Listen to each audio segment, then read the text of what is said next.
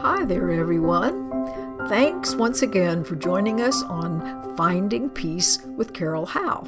In this traditional season of peace, it's helpful to remember that peace is not a truce, although many use those words interchangeably.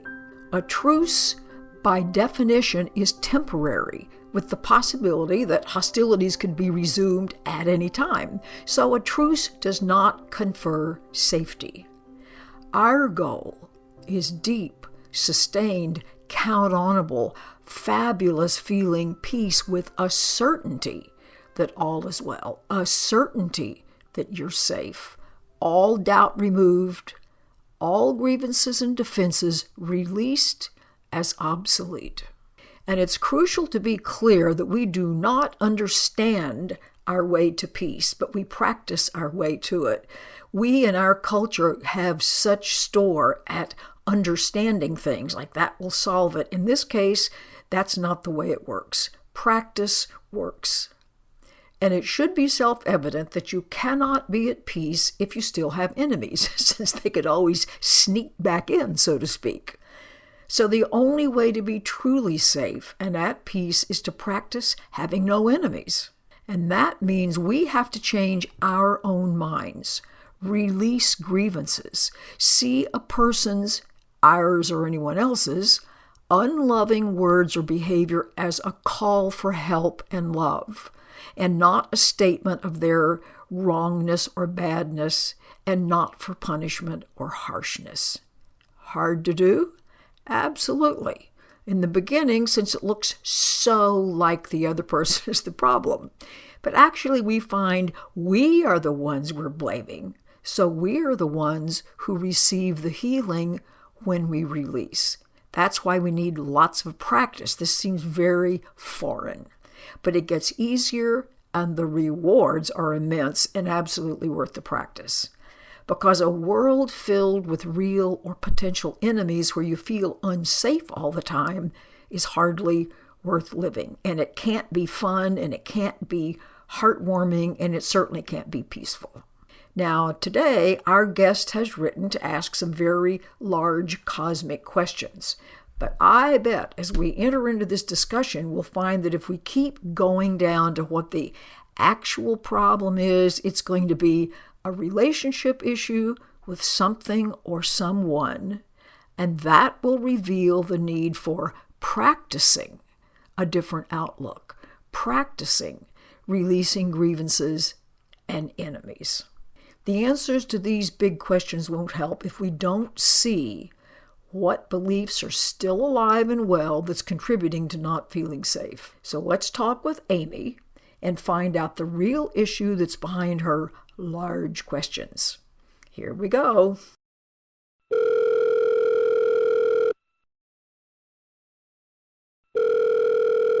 Hello. Hello? Hello. Yes, Amy, how are you? Good, thank you. How are you? I'm just great. Well, I'll tell you what, from your emails, it sounds like you've got some very large existential questions, so to speak. But I'm real interested in your telling me, like, what seems to be happening right now that is bothering you. I actually don't have really a life situation. It's more of a general question, just maybe it is a life situation, like how do you even get up in the world and try to be a good person when the teachings say, the Course in Miracles teachings say that the world doesn't really exist in God's mind. So it's more how to maintain a non-fatalistic attitude with that being the idea, the premise that the world doesn't even exist in God's mind. Well, I think, first of all, some of those ideas are both very metaphysical, very sophisticated, and so on, and the answers to those need to be put over on the side someplace, because the Course is very clear about its being a remedial work. In other words, we are so lost in our fear and our confusion and our lack of understanding, it's like we've dug ourselves into a hole, so to speak. And so gets down in the hole with us and takes us by the hand and like tries to unravel our confusion. So I often hear new students or teachers say things like, oh, the world is just an illusion, you don't have to pay any attention to it, which, you know, if you have a 17-year-old in trouble or your house is burning down, that's not very comforting. But it's like, so the idea that the world is an illusion, which in the big picture is accurate, is not helpful now. That's an idea that you come to, not the one you start out with. Does that make sense? Yes, it does. However, in a way, to be honest with you, that idea is a little bit comforting because you just give up. You just relax into your circumstances. Well, if indeed you are honestly surrendering rather than moving into your addictions and distractions, you're absolutely right. So in general, does your life flow smoothly the way you would like for it to? In other words, are there any difficulties at all? Or because most people don't become concerned with, you might say, the big questions of life unless there seems to be something missing. Or it doesn't have to be a catastrophe, but it can be like, something doesn't seem right, I need an answer. Well, I would say yes. For me, my difficulties always involve jobs where I'm unhappy in a job and then I jump to a new one and so on and so on. I've done that several times. I happen to be really lucky that I have very marketable skills, but I'm older now and it doesn't behoove me to continue to do that. Okay, well, let's take a look at what seems to be the pattern. Do you leave the jobs or do the jobs leave you, so to speak? In other words, how does this job hopping occur? So I do leave the jobs. Okay. I have, and it's a chronic pattern. Well, so usually, your heart? That's what we need to look at, the chronic pattern. Okay. So usually it obviously involves people at work where I feel like I'm not appreciated or I'm not liked, and then I resign and then go to a new situation and it happens again. Okay. And so I don't know how long or how you might say dedicated your study of the Course or anything else metaphysical or spiritual might be, but one of the things that needs to be anchored in very carefully is the reason why there are recurring patterns is not because you are just unlucky and you keep stumbling into companies with unfortunate people or something like that. It's like there's some sort of a worldview that I have in my mind that I keep playing out in these assorted places I go. Is that an idea that's new to you or old to you or comforting or distressing or what? Tell me about the overarching idea about that, because that's what's happening. Well, I absolutely do believe that. I believe that it's the way I'm seeing the world that is creating this. But then I do go back to the world isn't real, which is in a way comforting, but in a way makes me think, well, should I just stay and be miserable because it's not real anyway? No, that's not what that means. What it's telling you is I believe something about myself. There's something I accuse myself of, or there's some worldview that I picked up, since you used that word, and it's an excellent word. Basically, there's old programming that goes back to before I was born in one sense, and certainly when I was very small. Let's use the word that you used about not being appreciated, because that belief that's been thoroughly anchored in, and you might say wired into your brain about you're not being appreciated is the culprit. It's an idea that is completely not true. But when we grow up with that, it becomes a kind of an unconscious white noise in the background, and yet it means that for one thing, we defend against people not appreciating us. And as you know from the Course, what you defend against is always an invitation for more. There's a second idea that I would want to throw out, and then we'll weave all the pieces together, and that is other people it will seem to us like other people are treating us the way we're treating ourselves. So if there's a pattern of feeling like you're not appreciated, then the place to look is not at the other people who are, in a sense, reading the script that has been given them, but to go, where do I not appreciate myself? Where do I put myself down? Where do I marginalize myself? Where do I perhaps take care of other people's needs and not my own? In other words, let's look in that area and see what we find. What do you think? Okay. I have a quick question now. When you say they're reading the script, are they reading a script that I've written? Yes. Yes. In other words, another way to say it is it's kind of like it sits in your energy field. That because the communications experts will say that when we communicate with another human being, some small percentage, like 7%, is our verbal communication. And we put big store in that it's actually a very small percent. And then there's another smallish double digit, let's say 23, 25%, I don't remember the exact number, of what's going on with us is conveyed through tone of voice, body language, facial expressions, that sort of thing. But the bulk of it is, you might say, nonverbal, sitting in our energy field, which can't be disguised. We can sometimes be careful about our words, or we might try to be careful about body language and not convey anything, arms crossed kind of thing. But our energy field is open to display. It's like we're broadcasting on a television set on the top of our heads all the stuff that's going on within us. And that's what people pick up on.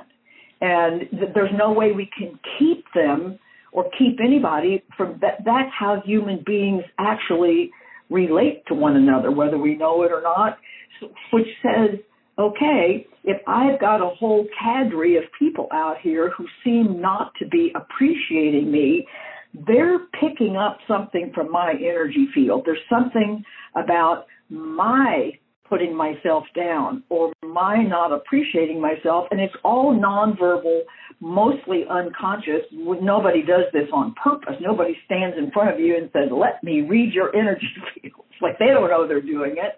They may not know why they're responding the way they do. What do you think about that? Okay.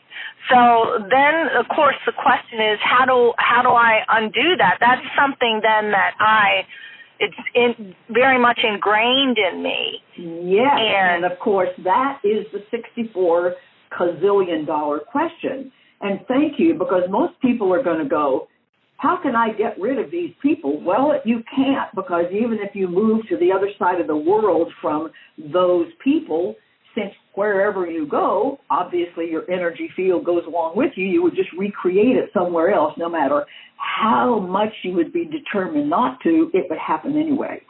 So, yes, the whole point is to recognize that in our very earliest days, we were programmed, thank goodness, quantum physics and neuroscience has caught up with metaphysical teachings that have been around for 5,000 years, which is that at the time and space level, which is where we appear to be right now, so we can't pretend like we don't feel like we're living in a time and space environment where we seem to be separate people and all that sort of thing.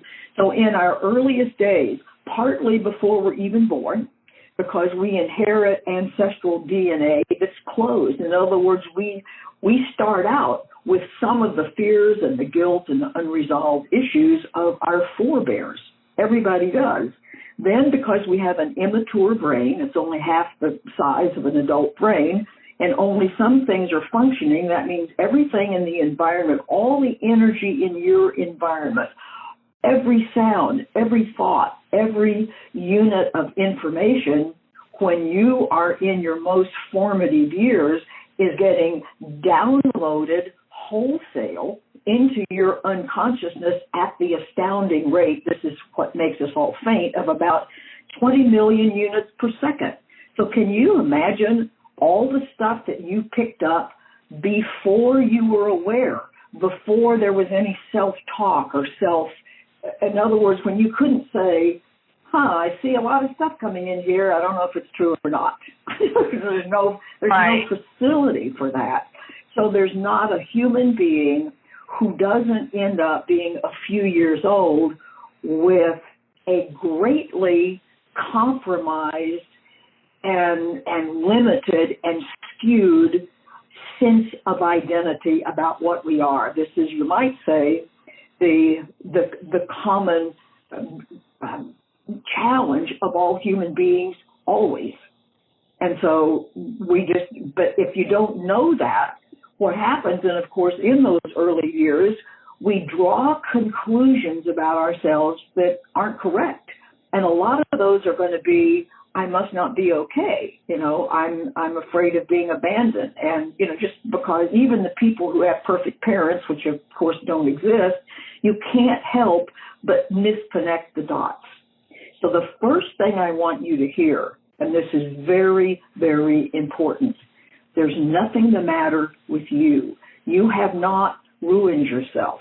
No permanent damage has been done by having your brain wired, so to speak, in a way that's more fear-driven than love-driven, that's more about, it's all about me rather than it's all about us. After all, we're young animals trying to survive when we're a few months old and a few years old, and we are instinctively withdrawing from pain and going toward what feels better.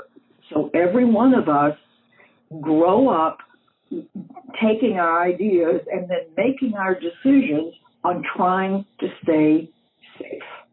That's the driving factor for virtually everyone until we can come to the realization of, oh my gosh, I already am safe, no need to defend. But that's a place you get to. That's unfortunately not the place we start out. Does that add some bigger picture to your situation? Yeah, it does. But how do we know we're safe? How do we know that? Well, that is a thing that we learn. That is an excellent question, because that excellent question speaks to the self-doubt that most people have about whether they're safe or not, which is why we have all of our survival strategies and how we're going to defend against this and avoid that and jump over this. And most all of the decisions that most adults make are made on, does this add to my safety or not? Now, that's not a conscious thought necessarily, but it's like I will decide about where I'm going to go, what kind of a job I'm going to have, what I'm going to say, what I'm going to look like, all on, is this going to make me more safe or less safe? So right. This is the common dilemma. And the Course would say the whole point of it is it's like a big reprogramming device, because it's got all kinds of lessons, and the lessons are designed in a brilliant way to start to trade in the beliefs, those ingrained beliefs. We don't think they're beliefs, we just think they're the truth. Just like people in the Middle Ages thought, okay, everybody knows the world is flat, and if you go out too far in the ocean, you're going to fall off, so just don't do that. In other words, for many, many, many years, nobody questioned that. That wasn't called a belief. That was just called, that's the truth. That's just the way it is. The world's flat. So in a sense, we engage always in flat earth kind of thinking. We believe things, think they're the truth, act on them as if they're the truth, and keep ourselves limited and afraid. So your question about how do I know I'm safe, it's a process of changing my mind. It's the process of changing my approach to everything. For instance, this is such an interesting experiment. If you decided, okay, what if I'm going to just operate today, or let's just take an hour, on the assumption, I'm going to just assume as an experiment, I'm safe. I'm already safe. Now, how would one proceed in the world? You would proceed in a very undefended way.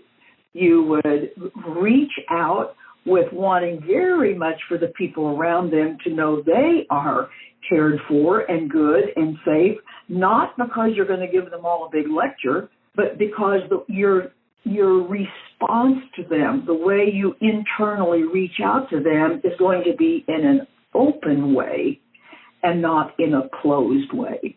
Does that register any place with you? Yes. And what it would require is truly being conscious of that thought without really letting it go.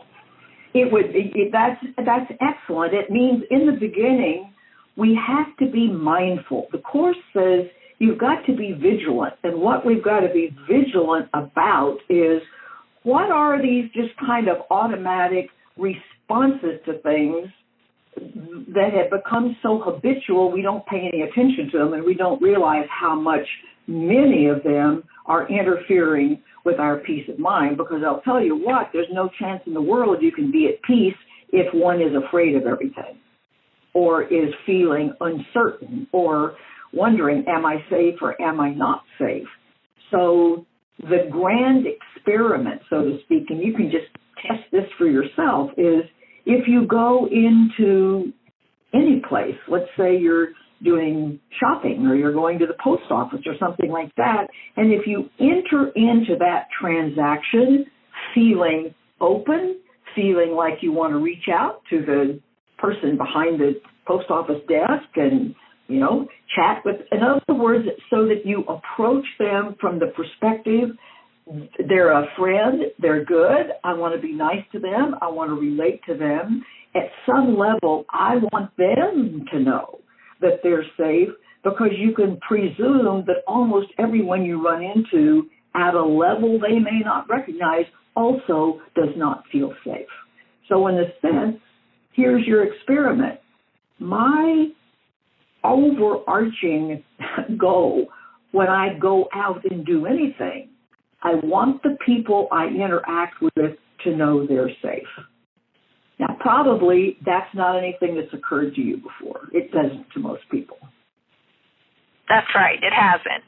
Okay. And so if you now look and say, okay, if that has not been my goal or my intent, what has it been when I go to work, interact with my family, go to the post office? In other words, if you can now kind of stand back in the observer position of your life, so to speak, and you go, okay, what do I assume? What do I expect? How do I proceed as I enter into a day of my life?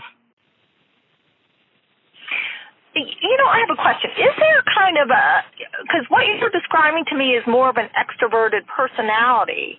Is that incorrect? Versus an introvert?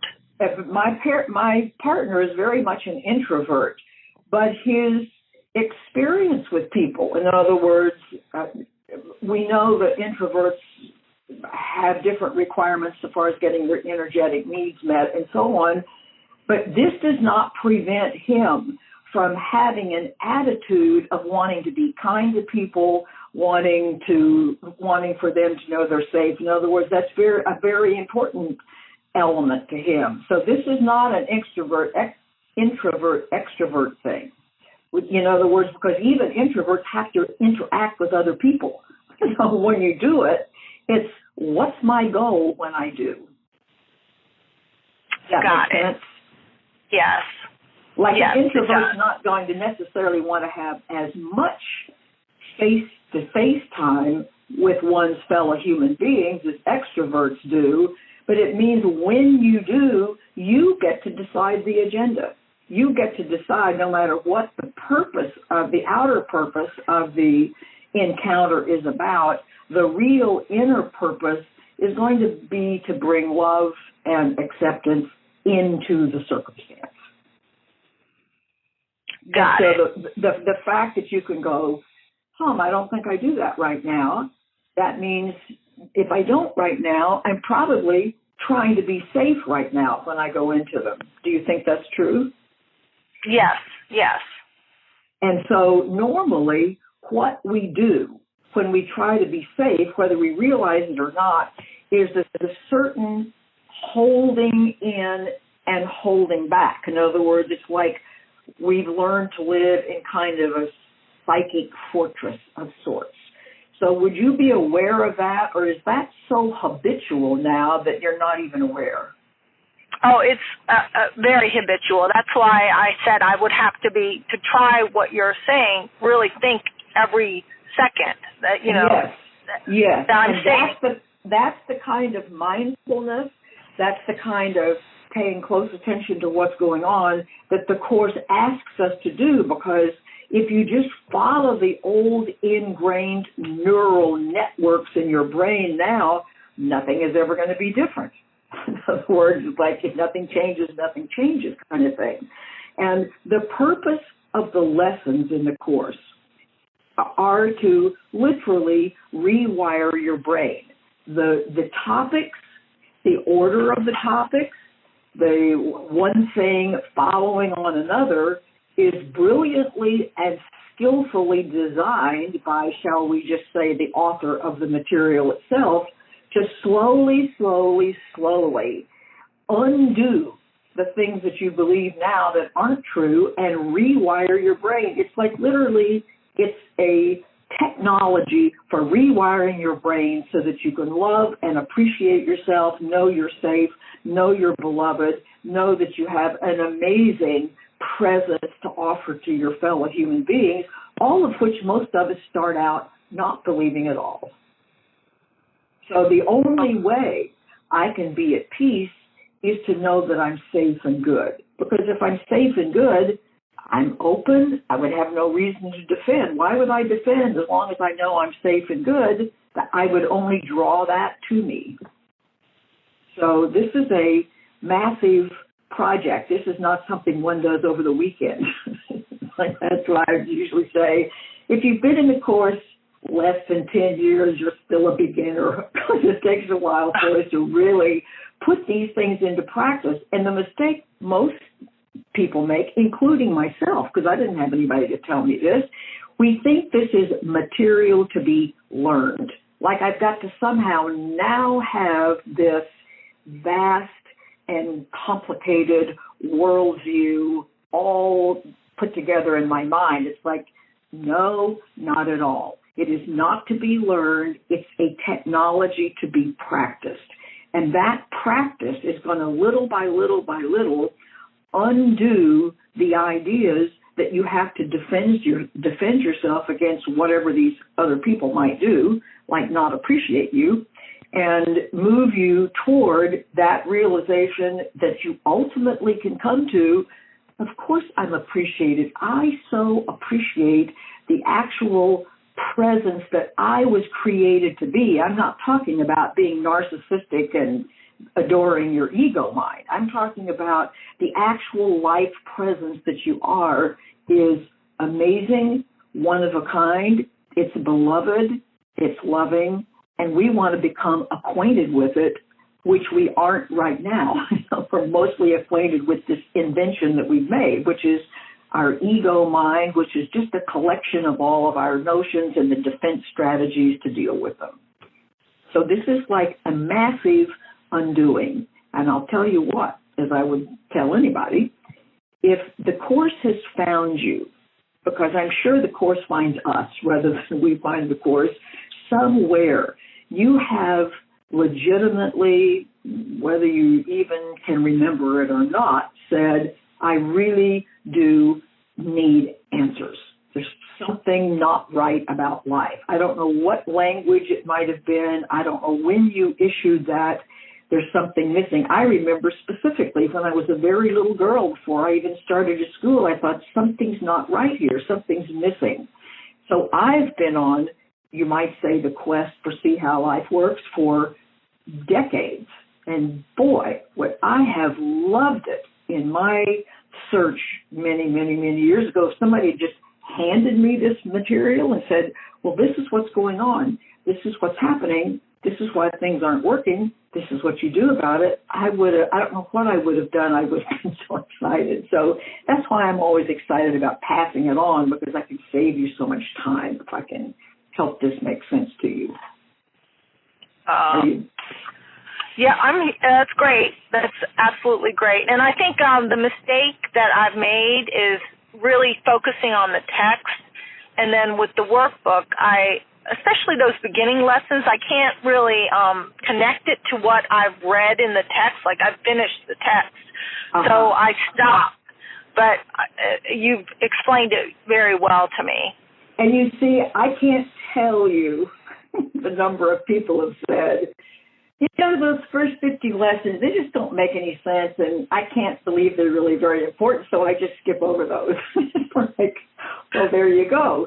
Those first ones are so important. Or people, I remember a guy wrote to me one time and he said, these first 50 lessons are so hard.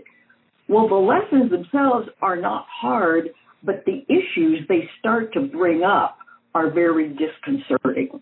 So starting out with that very beginning one that says, nothing I see in this room means anything. And most of us go, well, that's the dumbest thing I ever heard of. Of course this means something, this is my living room, this is where I live, and so on and so forth. And so we start to argue with it immediately, and we do not do what it says to do. We go, because I don't understand this or see what this could possibly do for me, I'm not going to do it. And yet those first couple of minutes of doing what it says, looking around, and I might paraphrase it and say, what if this is true, that nothing that I'm seeing actually means anything about me? And I'm going to continue to look. It's like nothing here means anything. It's meaningless. And that is the beginning step of rewiring your brain. So if you're not going to do any of the steps to rewire your brain and just try to learn some stuff instead, which is what people do, it's like, I'm really going to try to understand what this text says. And you can understand it until you're blue in the face, but if you don't get your brain rewired, it doesn't matter. Nothing will be different. It's a fundamental shift in how I regard myself, not only in my thinking mind. I've got to get everything rewired. But your commentary is so good because it's so important that I respond to it to say that this is such a common error. Like, I'm not going to bother with that workbook because I'm just going to learn it and learn it and learn it. And I've read it so many times.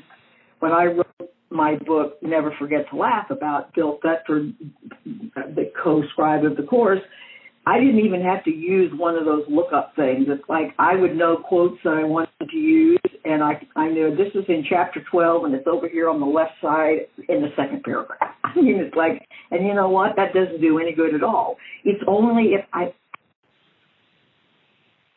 topics that I'm going to get any place, because changing what I adopt as true and then act on it is going to continue to raise the frequency of my energy field, if you want to look at it that way. And it's that continuing raising of my energy field that's going to cause my interaction with everything around me to be better and better and better. Can you see how just learning what it says is interesting and fabulous? And I did the same thing. I occasionally, a long time ago, because I am nearly 40 years into my time with the course. This summer will be 40 years of my first dealing with it. And I used to occasionally go on a sit-down strike, after hours and hours and hours of reading. And I said, I'm not getting up out of this chair until I know what this sentence means. I kind of go on a sit-down strike. And it's like, oh, I wish somebody had told me then what a big waste of time that was. That if I get my brain rewired, which is what it's about, then all of that becomes obvious to me. It's not something I learn intellectually. It's like it's given. It's just kind of revealed. So so many approach this in a way that's not helpful. It's not evil. It just doesn't get you to the place you want to get to. So tell me how you feel right this minute. So I'm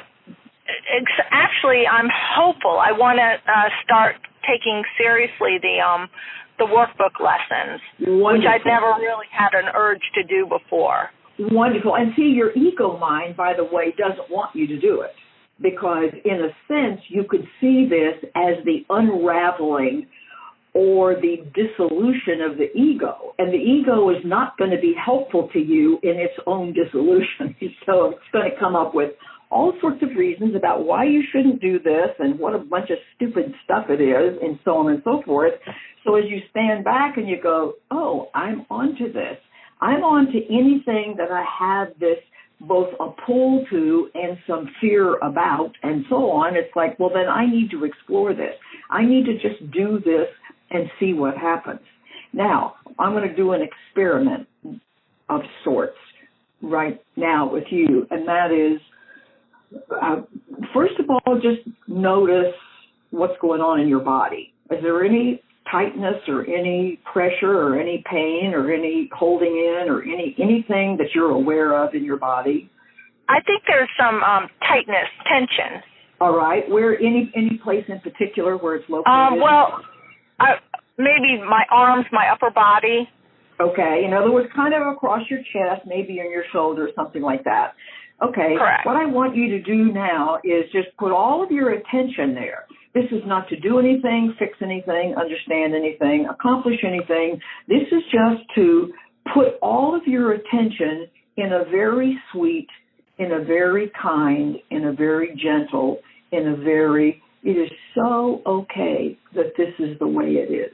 In other words, it's like I can relax into this is how it is at the moment. So all you're doing is putting your attention on it in a very kind and accepting way.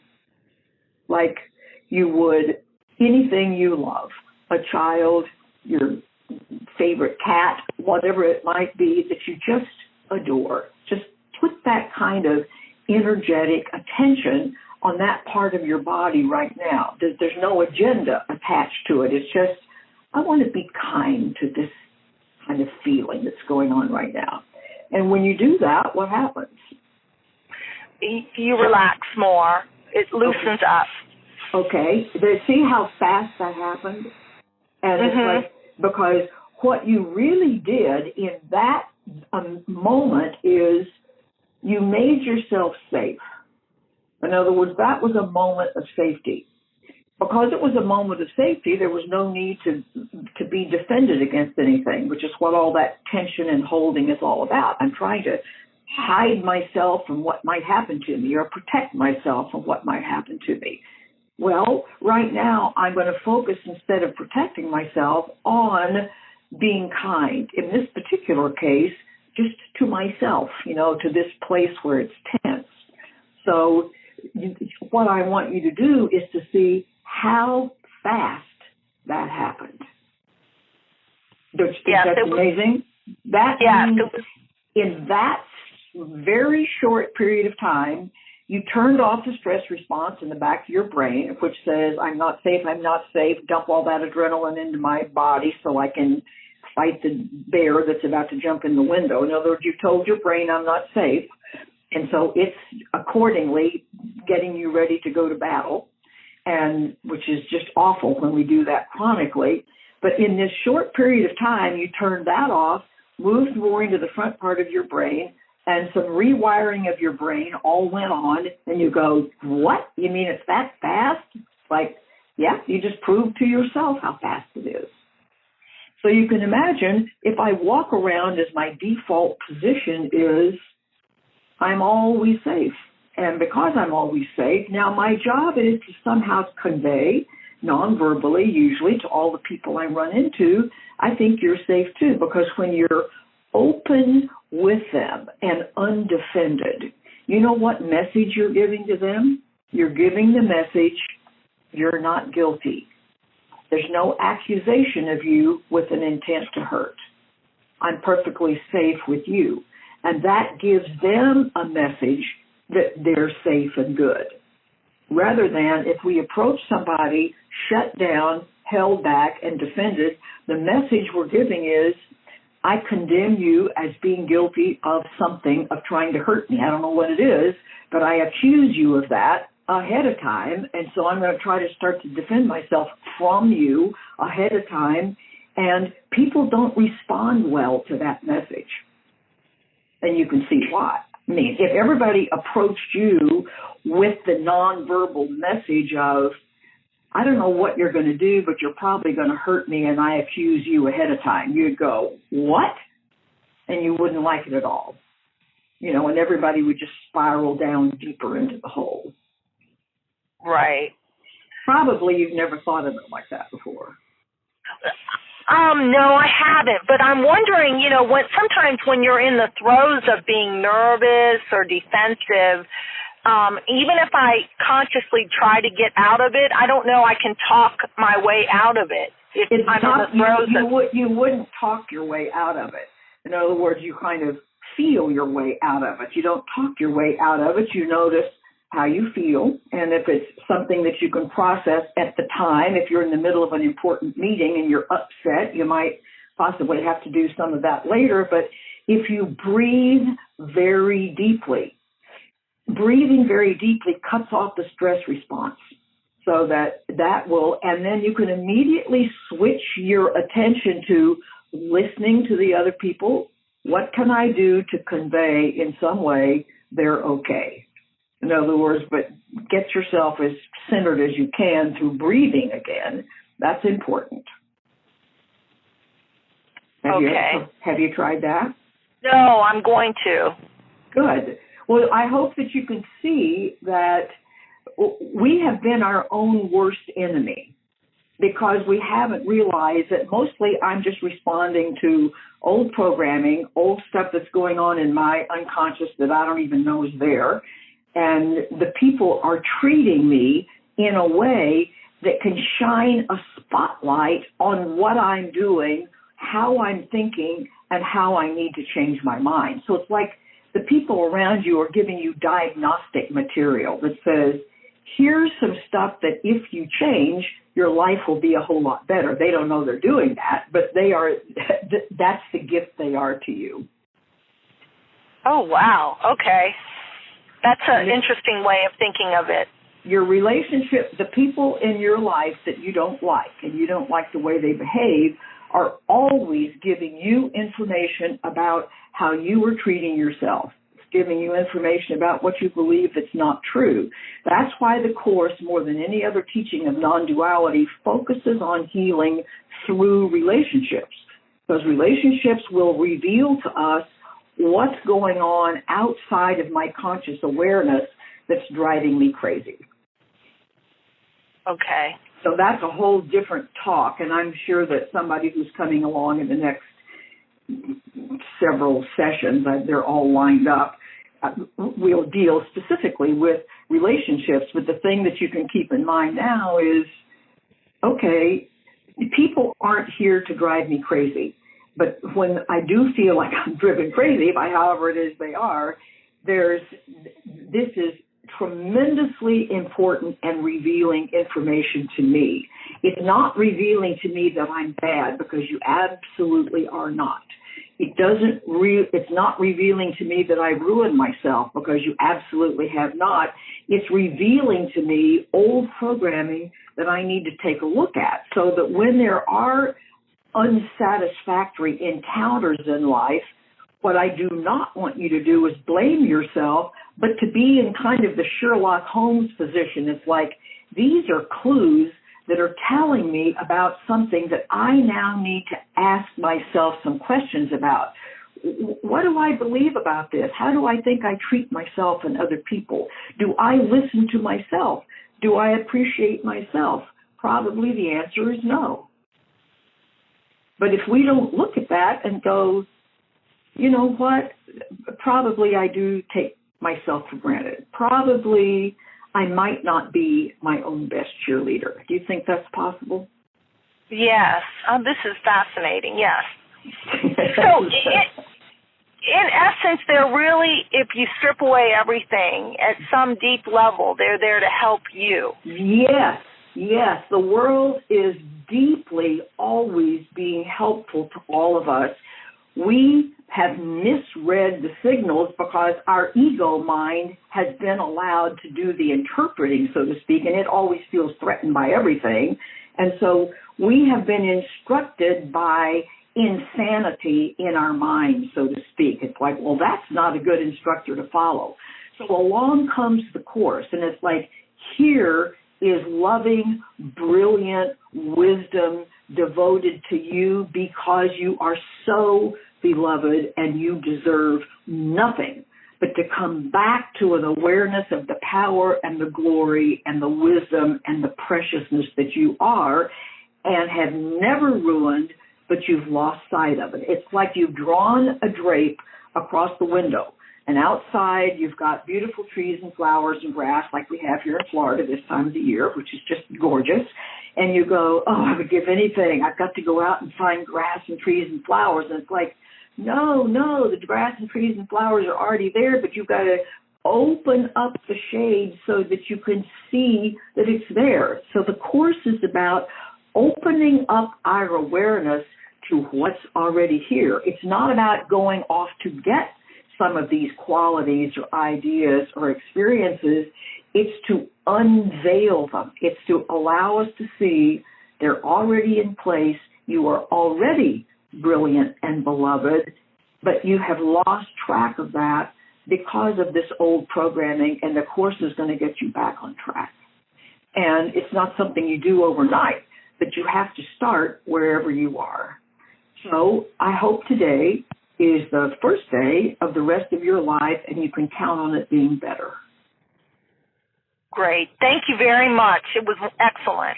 Wonderful. I'm so glad that you called and you keep listening, because these same ideas will keep being presented in different ways and in answers to different questions and things like that. But in all cases, all roads lead to Rome, so to speak, as the old saying used to be. It's like we have all misconnected the dots in our early years because there was no other option for that. And as Socrates said, the unexamined life is not worth living. Because if we grow to be adults, but we're still driven by our infantile programming, this just keeps us in a very limited, small, uncomfortable, feeling unloved and unsuccessful place. And that is absolutely not what we deserve. It's not how we were designed to be. We were created to be happy, to be loving, to know we're at home. And that's what the Course is about, is to help us simply discard the ideas that are in the way, because it's only ideas in the way of the experience of what we want to have. So blessings to you, my dear, and keep listening, and no telling what else you'll hear. Okay, thank you. Goodbye. Bye.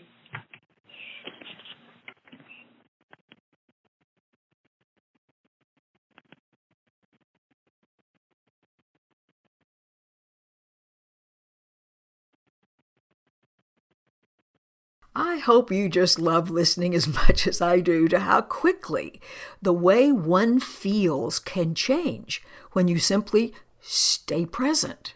Relaxation can occur as you turn off that stress response in the back of your brain, which is always on when you see others as enemies or some situation as potentially threatening. And it's most important to know that when that stress response is being activated by our fear of being mistreated, you can't think straight. You're greatly compromising many physical and psychological functions. It's hard to feel safe when you're not playing with a full deck, so to speak. So I'm going to look forward to hearing from Amy about how she's doing as she continues with her practice. Now, my guess is you're probably compromising yourself somewhere, leading to your own lack of peace. I sure do that sometimes, but practice allows me to bounce back quickly, and so can you. So if you would like to explore how you might be compromising your peace, your sense of safety, your right to a lovely life, then please write to us about your situation at findingpeace@carolhowe.com, and we'll consider it for a future episode. In the meantime, practice offering goodwill to all you encounter and notice how you feel. And to aid tremendously with that practice, we want to make sure that you know about our wonderful DVD series, See How Life Works, which is on sale now during these holidays at 40% off. You can find them at the store at carolhowe.com. We've heard from so many of you that this has been a great aid in your practice and just seeing life differently. So, hope you'll take advantage of this. And we're also going to be excited to see you back here next week. Have a beautiful time until then, and bye for now.